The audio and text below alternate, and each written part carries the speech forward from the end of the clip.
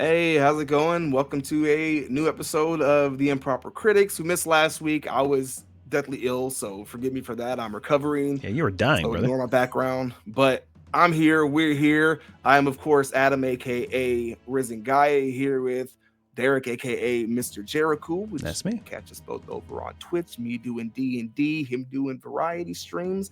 Specifically, right now, he's been doing what we're here to talk about today, which is Monster Hunter Wilds. I'm so Ooh, excited about yeah. this episode. All right. So we've been playing a lot of it, like since launch. We've been just tearing into it. And why don't we start off with Derick? What are your impressions? What are your thoughts on Monster Hunter Wild so far? Well, Adam, if you remember when we did our top video games this year, like this was our number one. And I'm so happy this game is with us. You know, for those that don't know, I did a full weekend stream. We did like a full celebration. Friday, Saturday, Sunday. We gave away like 4 copies of the game. It was such an awesome community experience. But what I learned pretty early on, about halfway through Friday, is I love this game, man. I think this game was made for us. I think we could talk about some of the minutia or, you know, some of the specific points throughout the review.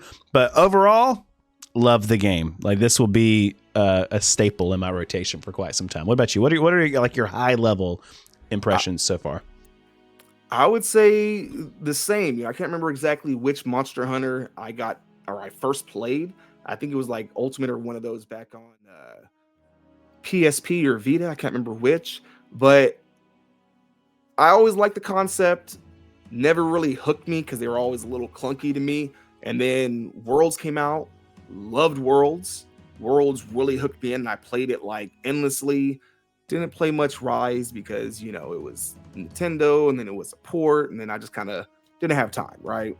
But this right here, man, I'm in here like, man, just pumping straight into my veins. Just I know. give it to me all. It's so good. Oh man, I am back to that obsessed mode. I haven't played a game like this in I can't even remember the last one. The last one that really got me hooked into where it's like I just need to do the next hunt. And it's not my normal kind of game because normally I like games that progress in a very like story. I'm a very story focused like player, but this is a game where honestly could have done with a lot less story. I'm good with that rinse repeat cycle grind. Yeah. Love it. So yeah. It has at the moment all my praise. I'm loving it so far. I'm ready for more. I want to see what monsters they bring us in the future. But we want to break. We don't want to just go straight into the all overall. We want to break down some of our individual kind of placements on there. For sure. So where you want to start? Yeah. Let's say the combat. Let's just give like a kind of summary. What do you think of the combat so far? Okay, that's a great question. So I got a lot of people asked over the weekend, like, hey, what is Monster Hunter? So I think before we talk about combat, we should probably talk about like what it is. So how I've been describing it, I'm kind of curious what your thoughts are.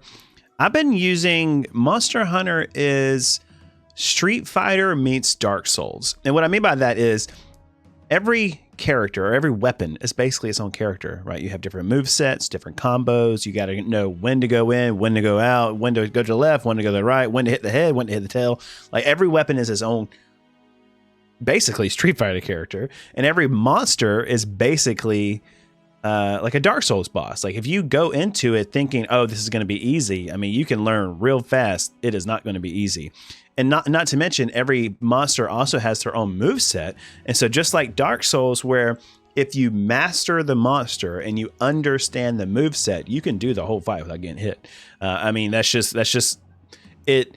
The type of game, the combat rewards expertise with your weapon or expertise versus the monster that you're fighting. How do you think that? Do you think that analogy works here? Curious. I think so. On a very surface level, I think it definitely works. It's kind of like the two base games that kind of meet together. And I don't know about necessarily Street Fighter, but very much in like that fighter fashion to where almost picking your weapon is picking like selecting your character and everything like that. And then you have just a variety because I'll say this to anybody who's like, oh, I tried it. I was using this. I didn't really care for it. Like, okay, well, what weapon are you using? Cool. Try a different one for sure. It is a game where you need to go in there go over to the train area. It's one of those few games out there where I would say, most of us, I'm skipping tutorials, let alone going to training on most games. But in here, go spend a few hours with the different weapons switching around in that training area. And I'm telling you, you're going to find one. I always tell everyone, if you want something that's more hack and slash, like just straight up hack and slash, less technical, get the dual blades. If you want something that's super technical, like myself, then go over and switch to the charge blade. Anything else can kind of fall somewhere in between, with the horn sitting in its own little private quarter there. There's very much, but then you have to add in, I think it's funny you mentioned Dark Souls, because from my understanding, the Dark Souls combat is in fact based off of like the Monster Hunter concept, the whole like straight boss battles and how technical and kind of, methodical. Yeah, you got it. Methodic is the right word. Yeah, methodic it is. Right. So yeah, it definitely fits that. But then you take that and you throw in, what are those hunting games?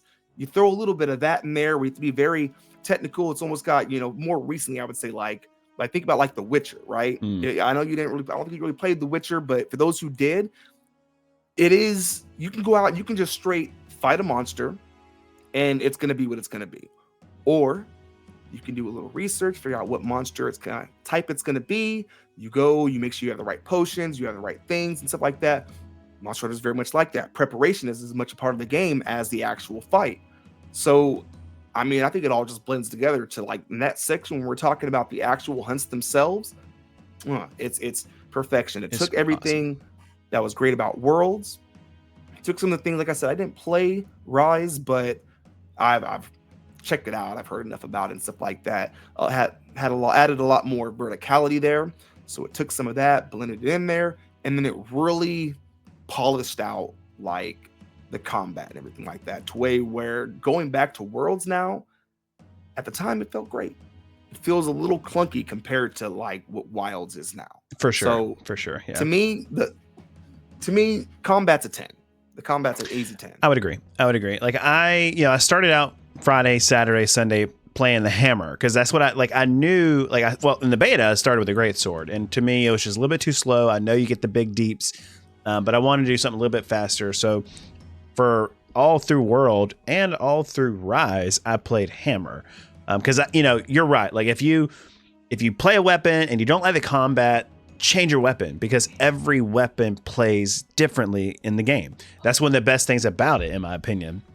So I started out with a hammer and I just needed something with a little bit more versatility this time. So I actually switched it up, went to bow for a couple of days, really enjoyed the bow, tried the dual blades. Those were fun. And I ended up landing on the sword and shield, man. Like the past 3 or 4 times I've played, I've been really kind of focused on the sword and shield. I love that weapon, but I know like you love the charge blade, and we have other friends that love the insect glaive and the hunting horn. I mean, once you find the weapon that clicks, the combat, it's amazing. I love it. That's what it is. You've got to figure out where it clicks. Something you're going to find one of those weapons that is going to remind you of some other game you played. I guarantee it. You're going to find that it's going to just click up just right, and there you go. Yep. You get in there, and then every weapon, eventually you'll figure out how every weapon can complement each other. 100%. Some weapons are just better at other things. You have the horn that is there to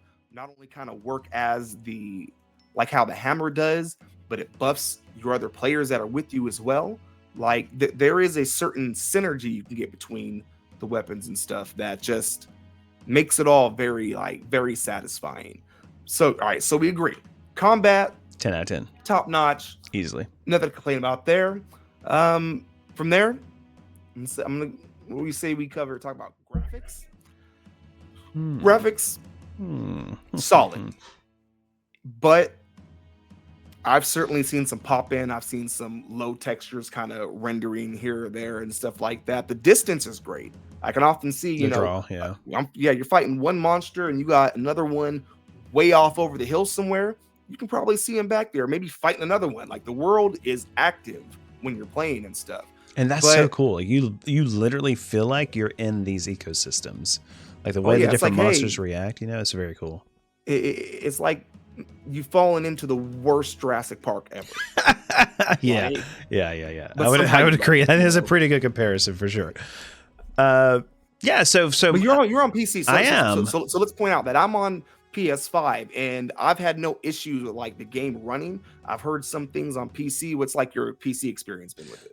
I'm probably not the best person to ask because I feel like I have a really good computer. Right? Like I have the 7900 XTX. I'm rocking the 7800 X3D, 64 gigs of RAM. Everything's running on an M2 hard drive. So it's really hard for me to say. I know, like that's what I'm saying. Like it's hard for me to say one way or the other because I didn't try it on any other rig. But for me, I have no problems. Like I have the HD texture pack. I'm averaging with everything maxed out around 120 frames per second. I might see some dips to like 85 in worst case scenario, but I don't think I've ever seen anything below 85. And so graphic wise, like performance wise, could it be better? Absolutely. Like the graphics don't really demand the resources that it's hogging. And I think over time, there's going to be some optimization that comes along, either through the community, through mods, or through, Capcom just official patches or releases. But I think as it stands, it's great. Like I said, I haven't had any problems, but I do know I have heard there are people out there with problems. So it's kind of hard for me to say. But from my perspective, no issues whatsoever. It's perfect. Yeah. Yeah. I'm going to say like with issues like that, again, you are, using not just a solid, but a pretty, higher end PC and everything like that.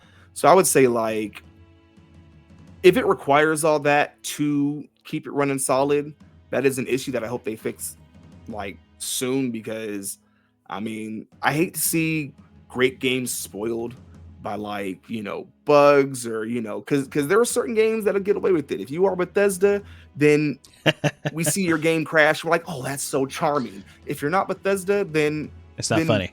It's not funny, Yeah. right? Like we can't really laugh about it. And like, so I'd hate to see any kind of like bad image go around a game that is just so good. And like you can tell that like a lot of passion is put into these games. Like just the whole design of it. There's nothing lazy that I can see in the game itself. I would agree. But I mean, some people, if I fire up a game, I mean, look at me and Indiana Jones and the whatever the last game that game was. I'm sorry, 0 out of 10 forever, because I couldn't run play it at all, because it needed some higher level with some certain software in the GPU. Ray trace. That my GPU isn't bad. I couldn't tell you exactly what it is, but it's not a trash one. It's solid, right? Yeah, for sure. And I want to say real quick before we move away from this subject, I did have one hard crash. I completely forgot about that. But on Saturday, like midstream, everything just turned off. Like literally, it hard crashed my computer. And I haven't had any issues since then, thankfully. But I definitely had a full system crash on Saturday midstream. I thought we lost power, but no, it was definitely the game. So that did happen, but like I said, that was day 2, right? And I haven't had any issues since then, and I think I'm at like 50 hours with the game. So see, I always consider like that outliers. Like I play games on console that are like solid, just fine games and everything like that. And I've had Baldur's Gate, I've had No Man's Sky. Basically, every game has probably crashed on me once or twice, because some random thing happens that we can't even really like explain so much or understand, because my brain doesn't work like that. All right. But so if it's like one time, I'm not gonna take nothing away from that. I'm gonna say like there is definitely some pop in that I get, some kind of little low texture areas every now and then, especially when you're like running through on your mount and everything, and or sacred. That's it, sacred. Took me 3 days to learn how to pronounce that thing. But so I would say graphically, I'd probably give it, if I'm being super generous, an 8, maybe a 7 though, because the graphics are great. And I think it's more the style of it is really cool. So even if the graphics aren't like the best of the best, they still look really solid and really good, to where it all just looks amazing when you see it. So I think I'll give it a bump. I'll say when you add in the style and everything like that, and like the attention to detail that is there, then I'll probably give it an 8. on graphics. I think that's fair because there's a lot. There's a lot going on, right? Like the environments themselves look amazing. The character animations look great. The weapon animations look great. The monster animations look great. When the monsters get in their battles, that looks great. When you do like the block lock, that looks great. When you're mounting the monsters, it looks great. Like everything looks great. Like, does it look amazing? No. Does it look great? Absolutely. Does it run at 60 frames per second? For me, yes. And that's all I can really ask for in a game for all like that's this. going on, I don't see much stutter. Right. Yeah. Occasionally, a little clip or two that you'll see missing, but other than that, like I don't see much of that. So yeah, I think graphically it's pretty solid. And so combat's a yes. Graphics are a yes. What's next? Sound? Want to talk about sound? we got to talk about sound. Like sound goes right in there with graphics with me. You know, if a game looks great, but the sound is wrong or off or just, you know, kind of sometimes you get sound that sounds almost like not so much muted, but muffled. Yeah. You know, but I'm gonna let you start this one off. What do you think of the sound? I love it. I mean, I want to find something to complain about, right? Like I want to find a reason not to like this game. But you know, we'll get to some things. It's not perfect. I think the sound is exactly what I want it to be. Like I can hear other monsters in the background. Like I'm like, okay, there's a monster to the left. We're about to get ambushed. You know, you can hear the call outs, and the call outs aren't overly used. Like some games, it's just constant call outs from your palico or from your teammates or whatever. It's like constant bombardment. And that's not the case. Monsters, like kind of going back to Dark Souls and understanding attack animations, most monsters have a specific sound they're going to make when they do a specific attack. And if you learn those sounds and you learn those attack patterns, it all plays together to create this experience that you're in this world hunting this monster. Sound for me, 10 out of 10. I have no complaints whatsoever when it comes to the sound department. And I'm going to second that as well. I'm going to say this, you do need to this is a game where you want to have some 3D audio headsets. Like I play oftentimes without them and just on the TVs, you know, sound and everything like that. So it's not like game breaker if you can't do it that way, but having it in there, that immersion, that just extra level of like being in it and being able to pinpoint where things are coming from. And, you know, like Derick was saying, like with the monsters, with some of their sound cues, learning that is just as much a part of learning that monster 100%. As learning, you know, its shoulder stances and how it's setting up for an attack and everything like that. Like, yeah. So, you know, I mean, I don't think there's really much more I can say on it. Sound is a 10 out of 10. The environment sounds great. The monsters sound amazing, super intimidating. When they go roaring out, like it'll oftentimes, like when you start a fight, they roar, kind of stuns your guy for a second there. And some of them, it almost stuns me. Ooh, you know? I know it's great. Like, but even like flash pods and like traps and shocks and weather, like the rain and the lightning and the fire, like all this, like sound department, amazing. Zero complaints. It syncs up perfectly for sure. And music as well, great. That music that gets pumping while you are in a fight. It does. It's so good. Oh, it's so good. I really do like it. All right, so combat graphics, sound, solid. The sound, perfect. Great. Yep. I'm gonna say this is just kind of relating it to like previous games. Some of the system simplifications that have gone in there, you know, some things are just, if you played Worlds, and from my understanding, Worlds was already kind of a simplification of some of the things that could easily get you just lost in the weeds with the previous game. I think some of the things that kind of kept me out of them is like just wasn't about to invest in all these, you know, figuring out the 30 different vendors you have to work on these different systems with and stuff.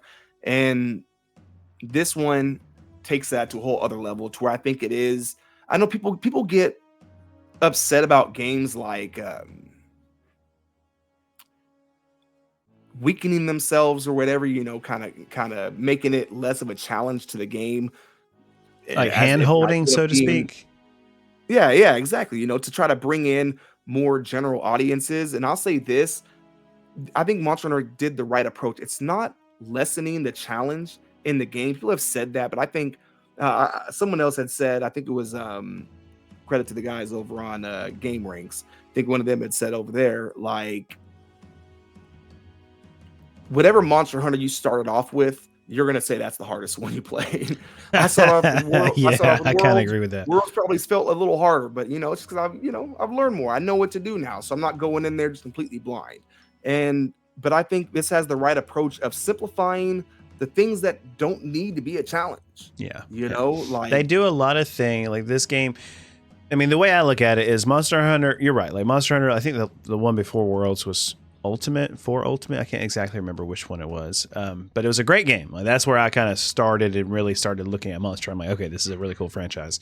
But Monster Hunter World took that formula and like added a ton of quality of life with the hunts and the open world and chasing after the fireflies or whatever the heck they call them. And then Rise came out and you kind of lost some of the quality of life, but you got a lot of the combat mechanics that are like took it up a notch, right? And so I feel like Monster Hunter Wilds is the perfect blend of World meets Rise. So you got all the quality of life from Worlds plus more. We can talk about that. And then you have all the combat from Rise. Oh man, it's a chef kiss for sure. Like I love loadouts, like just the simple stuff, like item loadouts, customizing your item wheel, customizing your item pouch, wish list. I'm trying to build a tempered Uradua, whatever the heck that water thing with the ginormous thing.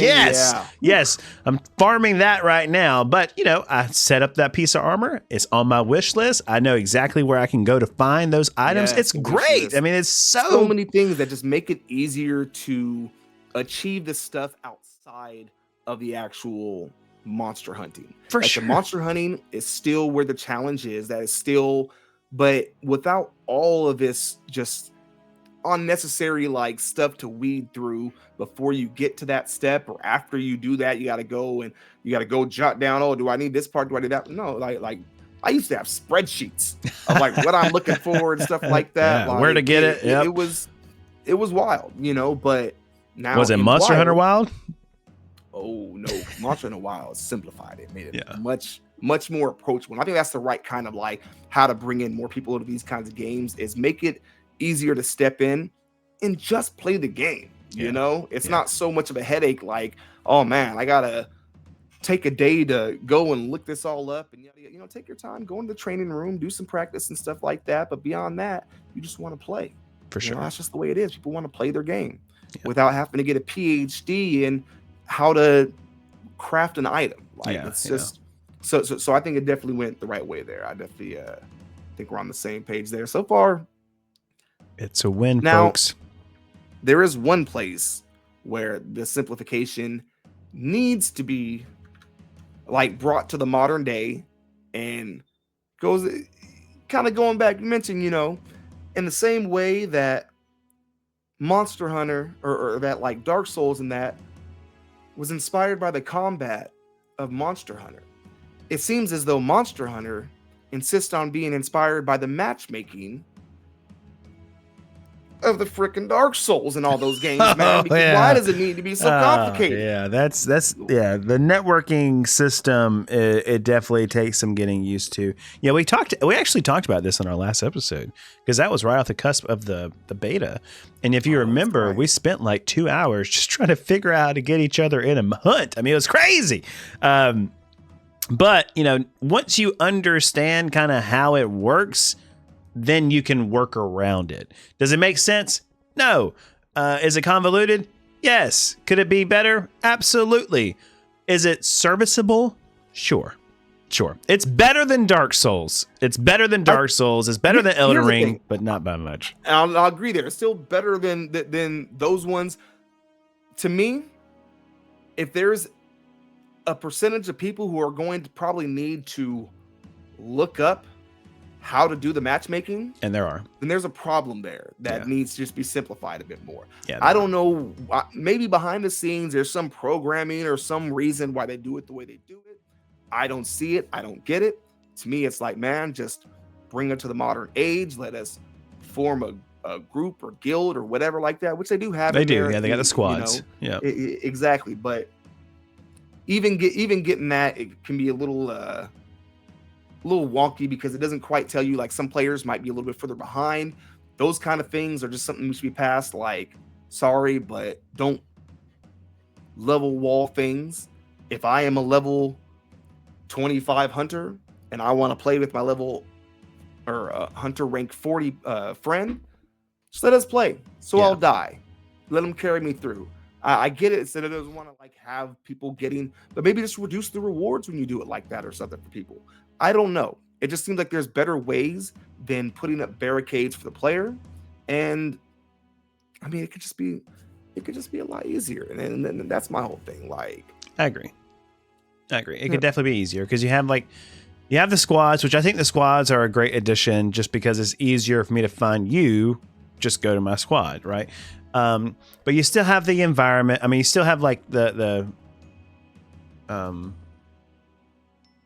lobbies, and then you have the squads, and then you have the link parties, then you have the environment IDs, environment parties. There's different layers, yeah, for sure. There's so many layers to it. If it was just as simple as we're in a guild or whatever, you know, the squad, and we just go and select each other and choose the same instance, and then bam, we're in the same instance. We're already in a group. That's it. It should be that simple. Now we just hunt. Yeah, and there's so many like extra steps in between those steps that I can see someone, you know, we were getting frustrated with it. It was getting very much like, okay, maybe we'll just play on our own. And that's the thing. If your multiplayer is complicated enough to where someone is likely to just stick to solo because they don't want to deal with because you can actually do easy multiplayer with randoms. Random multiplayer, easiest thing in the world. Go start a hunt, shoot up the SOS flare, you're in there. Yep. And it should not be, I get that, you know, quick matchmaking, whatever like that, but it shouldn't be just a less of a headache of an option. Just play with randos. I want to play with my friends, you know. So that one is somewhere that I'm going to say that it takes a little bit of a hit. It works, it's passable, but you know, for something so great, I expect a little bit more. I respect that. Yeah, it's definitely a convoluted system. It could definitely be improved. I think as I've gotten to end game, a lot of it starts to make sense. And so if you build your multiplayer off of the end game and you kind of peel it back a layer, like it starts to make sense because, you know, I'm hunting a dog shuma, right? And I'm specifically looking for a tempered dog shuma, and I want it to be 4 stars or whatever. And you and I are both hunting, right? So I can use my environment and I can be looking for one because, I don't know, maybe I'm trying to create a field survey. And then you can be using your environment and be looking at the same time. We're in the link party already together, but we're in different environments. So now we have different options with our environments. So you might get a 4-star dog shuma and I am not getting anything. And so, but now you see it on your screen. You start a field survey, it pops me an invite, and now we're in it together. So there are ways to game the system. Right, there are. And so it starts to make sense. The kind of downsides can work out in your favor. Yeah, but when you're playing through the campaign together, it's a different story because it doesn't make sense, right? Like, I have no way of knowing the difference between where you are or where I am. And so now we're having to get synced up with the specific steps in our campaign. And it's very convoluted in the early game, a little bit less in the mid game, but at the end game, it starts to make sense. The problem is, I wonder how many newer players that will deter, right? Because a lot of people aren't going to know how to do the thing to get to play with their friends. Like, it is a convoluted system. So you're right. Especially early on, it almost is just kind of discouraging. Like, it almost like it doesn't want you to play with your friends. You can, again, randoms, you can do that every single hunt, no problem, no worries. But like, if you're doing the early campaign, and really even after that, really when you're like, depending on what hunter level you are, unless the higher person wants to do lower hunts, the lower person can't do higher hunts. Right. So yeah, really, unless you're playing like with someone like side by side, like you guys, every time you log in, they log in, unless you're doing it that way, then it's liable to get on synced in a way where eventually someone's going to hit a wall. And that seems to happen. Yeah. Yeah, It definitely that happened happens. this, Yeah. you know, Happened this the other past day. What Saturday. was that? Yeah. Yeah, Yesterday. yesterday. Yesterday. It was morning we were yesterday. Yeah. playing, and We, you know, we were trying to push forward. A couple of our buddies, they were behind a little bit, so we had to go back and help catch that them up. push up and stuff like that. Mhm. And then by the time we got them to where, you know, around where we all need to be, kind of out of time there. So We never again, even got to do like our level hunts because we were yeah, helping them by the get caught time we up. get on there to do that, they're going to be further back again. Yeah. You know, Yeah. so Yeah. it becomes a vicious cycle. It does. I would But agree. so they need to step it up there. I mean, I'm gonna give the matchmaking, like, I guess all things considered, I'm gonna give it a little bit of slack on there, because you did point out, and I do think about that. It does make sense. There are benefits that you can kind of work in there if you figure out the systems and kind of how to take advantage of it. But I'm gonna say matchmaking is like sitting at a 6, because it's you know, kind of standard. It's a little annoying, but there's something you can gain by kind of gaming the system a bit there. So I'm gonna say 6 on matchmaking. I will second that. I think that is a fair thing, you know, because like I said, early game, it's a 3, late game, it's an 8. So somewhere in the middle lies the truth, I feel like, you know. So I think that's a good comparison for sure. Good rating. Good rating. And All right, so that's then- combat, that is graphics, that is sound, that is matchmaking. So the simplifications, Simplifications, you know, yeah, UI and all quality that of kind life. of stuff. I'm gonna say this. Here's one of my biggest pet peeves.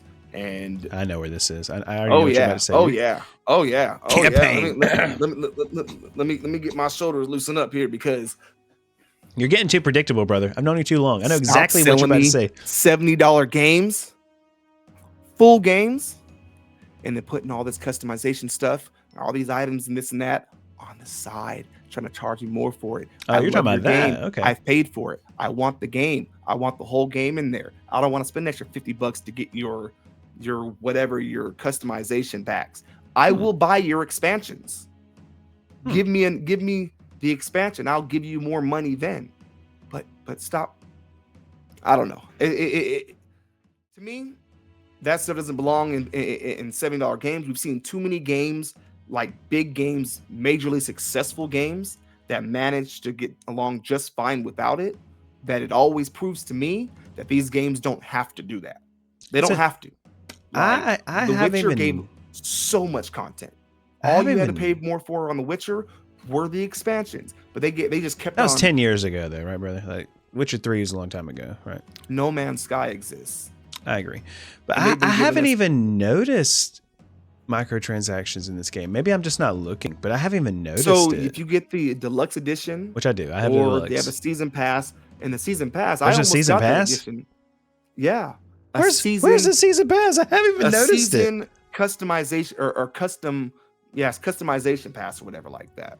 A season pass that just unlocks as it comes out. They have like certain, you know, levels, or like, think of them like expansions, but they don't expand the story. Because I think that'll come later. They'll charge for that too. But this is just at certain points, they'll drop more customization stuff for you. Not to mention, you get one free, but after that, you have to buy the ability to change your character's appearance. That's crazy. I haven't noticed any of that. I guess I just Yeah, don't care. it's in the store there, and I'm gonna stand on principle. And again, I've given this game mostly just all praise here, but my principles with games are this, like things like this, just they sour a game for me. They always have, they always will. I don't agree with it. I think it's greedy. I think it's trying to take advantage of your player base, and I don't like it. And honestly, it's going to chop a point off the top of this game for me right off the top. So that's just my opinion on it. You know me, I'll always die on this hill. Like, I think that microtransactions have been so overvalued for so long, and until we all stop playing the role and stop like giving into it.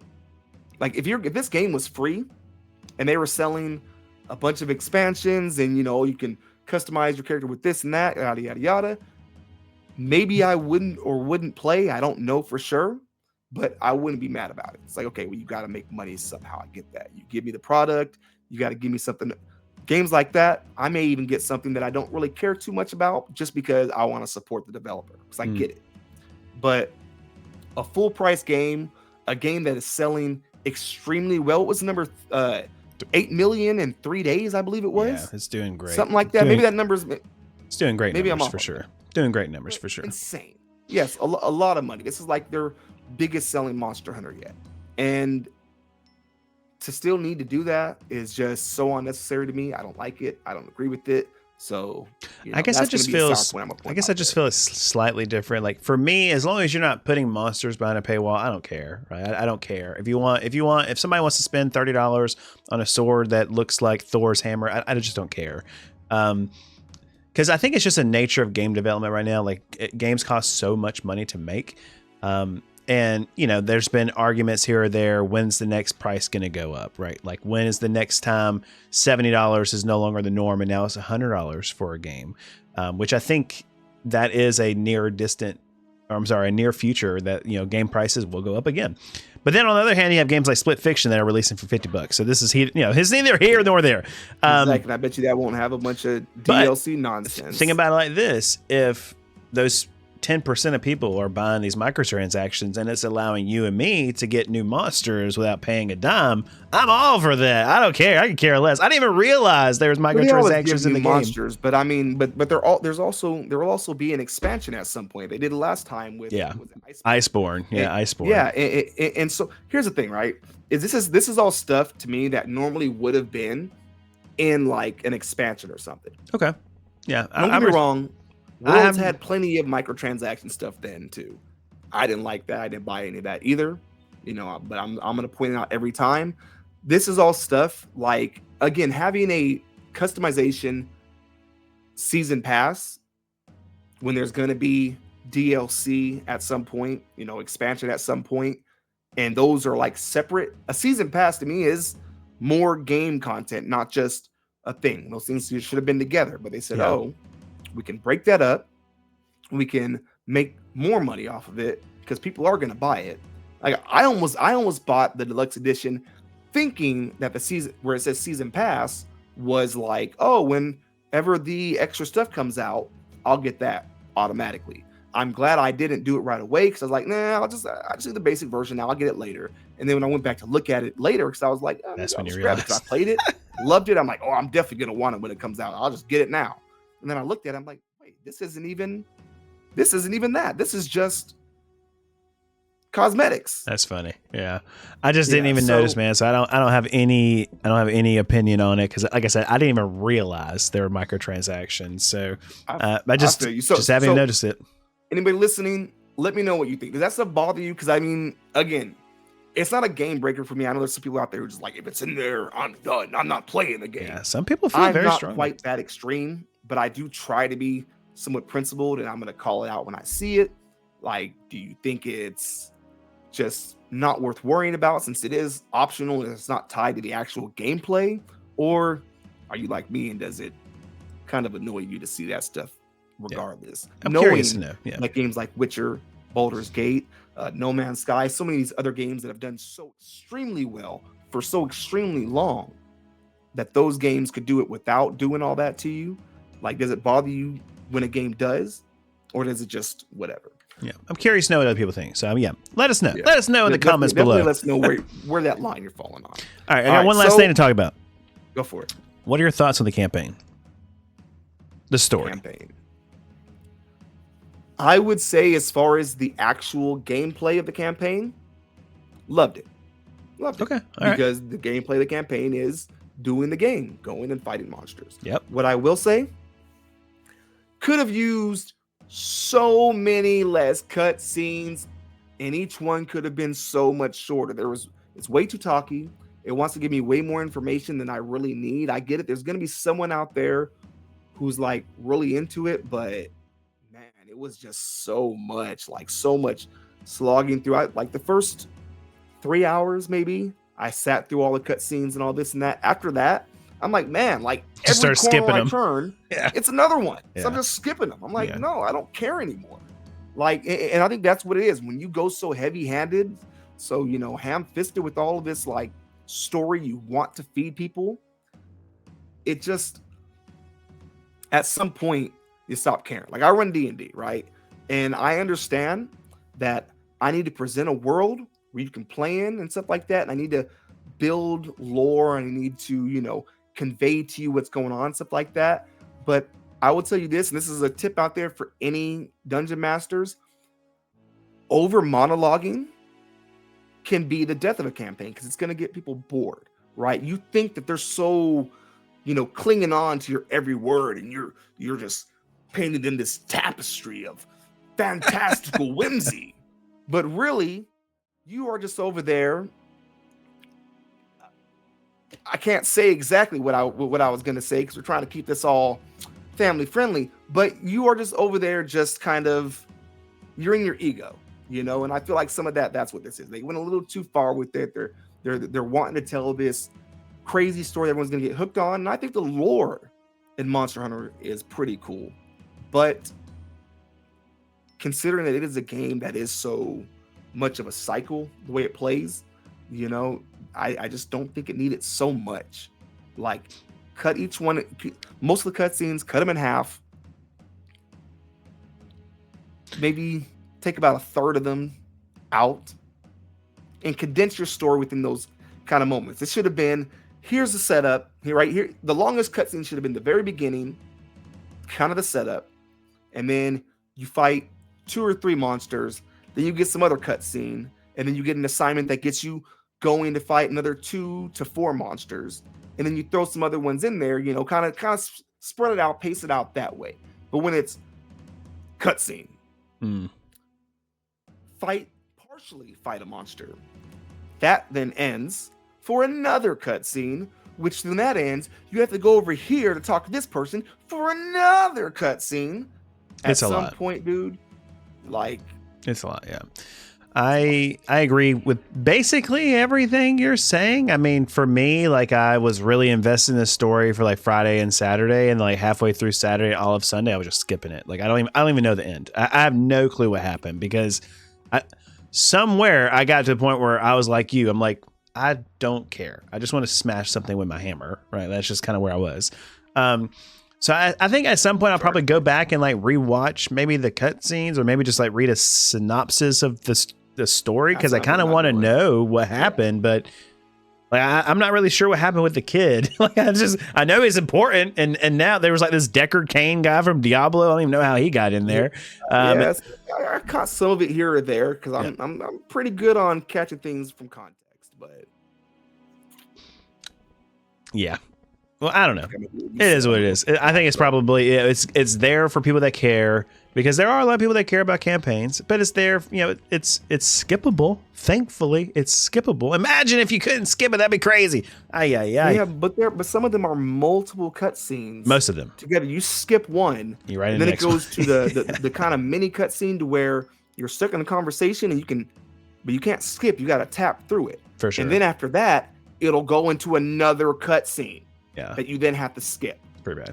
Like, again, it's just the best word for it that I would describe I'm not going to say the story, because again, I skipped it all, so I can't really judge the story itself.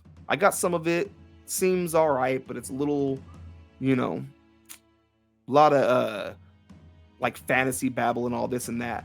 But the best way I would describe like the story's pacing is it's very tedious. Yeah. Okay.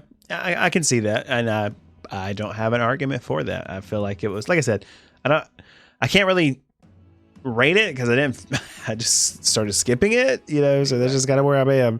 I'll play Monster Hunter for the story. That's for sure. I play Monster Hunter for the combat and the weapons and the loop.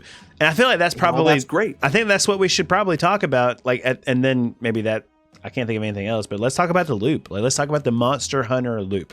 How are you feeling so far about the loop as far as hunt, carve, repeat? Like hunt, carve, craft, repeat. What are your thoughts on the loop? Love the loop. Like the loop works for me. It's a concept that I can get behind. It's very much something that I'm into. It's part of what I loved about, again, I mentioned before, The Witcher has that, know what you're hunting, prepare for it, go out there and do it. Yeah. And I am not a person who generally likes repetitive things, super, kind of depending. It's got to be something that really like hooks me in. And this one, even with its like repetitive nature, somewhat because monsters, different monsters and stuff like that. But when you're hunting down a specific item, I hunted the Anjanath like 10, 12 of those things back to back. Yeah. Got there, massacring them to finish off that armor. But this game really goes a long way to make that loop much easier to follow. Again, you mentioned before the wish list, being able to go in there, see, okay, here's the gear that I want to work towards and mark it. And so when you even go over to like select what hunt you're going to do, you'll see it'll show that wish list pin in the objective or in the monster and everything like that, letting you know here is a monster you need for something that you have wish listed. Right. So I love that. It makes things just so much simpler, so the loop isn't such a a task, right? Like getting into the fight and everything like that is not. Before, I mean, it could take a few minutes or something like that to go over and get everything and kind of figure out what you still need and this and that to go over and get back into a fight. Now, literally most fights, I finish it off, show back up at camp, go in and check that I've eaten, restock all my stuff, and then go over and start another mission. Do it right again. Then it's like a minute or it's two. It's such a rewarding loop. Fight. Oh, it's so good. Like so good. It's so good. I mean, all right, let's just get to the nitty gritty. What would you rate it? 1 out of 10. What would you give the game? 10. And then. So I'm gonna say that if not for the microtransaction stuff, which to me in most games is a negative to me, I would give it a 9 out of 10. Okay. With that, I'm going to settle at an 8. An 8? An 8 with an outstanding stamp of approval. Like, for the love of God, go out, get this game, especially if you like games like Dark Souls and stuff. It's going to feed some of that with the combat. For sure. It can get real challenging, especially when you get to the higher stuff like that. But if you like that, if you like just like action games, some of those I think some fighter games fans might even be into it. Like, but if you think it looks cool, get the game, get it, play it, hit us up. Let's hunt some monsters, because I absolutely advise, or not advise, recommend with the utmost love and passion getting this game. It's definitely on my recommend list. Buy now, don't wait. One of us. Gobble. I would give it a 9. I mean, personally, I just don't care about the microtransactions. I think the game is everything that I want it to be. The campaign was just icing on the cake. The combat is phenomenal. The weapon movesets are great. I love what they did. I love the subtle weapon changes that just bring it to the next level. I love the monsters. I love the sound. I llove the graphic. I mean, I just love everything about the game. I cannot wait for this podcast to be over so I can just get right back into another hunt. That's just kind of where I am. Like, I'm just constantly thinking about, okay, what's the next set? Like, what's the next level? What's the next thing I need to do? I'm not as far as a lot of people. I think I just hit Hunter rank 32. So like, I know I still have a ways to go, and I cannot wait to play more of this game. I completely agree. I think it is a 100% a buy. If you like any of the games we talked about today, you're probably going to like this. I think it is exactly what I want it to be, and I'm happy to be playing it for sure. 100% happy to be playing. All right. So I think we agree there. So if it looks good, go out, check it out. If you've already played it, let us know what you think down below. Again, Adam, aka RisenGaia. You can also catch me over on Twitch. Tuesdays should be going live around 10 o'clock, 10:30 or so. Normally, to get and go on, we do D&D open sessions, so you can come and play with me, and I'll run a game for you. And then, of course, go check out Derick, aka MrJeriKu, over on Twitch. He does variety streams with all kinds of stuff. So check him out. Doing this weekend, I believe this Saturday, you're doing Saturday split. right? I'm so excited about this Saturday stream. I'm torn. I cannot wait. I want to watch. I want to support, but I also want to play the game so bad too. Yeah. So me and MrJeriKu, we loved It Takes Two. Like, that was one of my highlights when it came out. Like, that was the game that we played. We 100%. We loved it. So the moment Split Fiction was announced, we looked at each other like, we're like, oh, we're doing this. And so, yep, this Saturday, all day stream. We're starting like 10 o'clock in the morning Eastern Standard Time. We're going to play until we can't. And I'm so excited to be doing that.